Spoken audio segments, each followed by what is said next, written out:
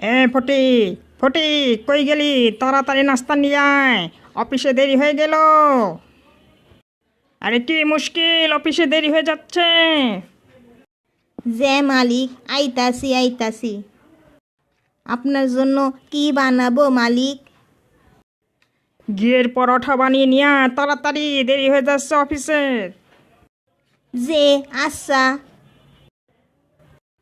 এই নন মালিক আপনার পরোটা।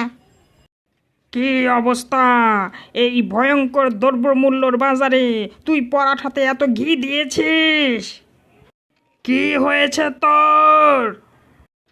ওহো, মাফ করবেন মালিক, মাফ করবেন। ভুলে আমার পরোটাটা আপনাকে দিয়ে দিয়েছি মালিক।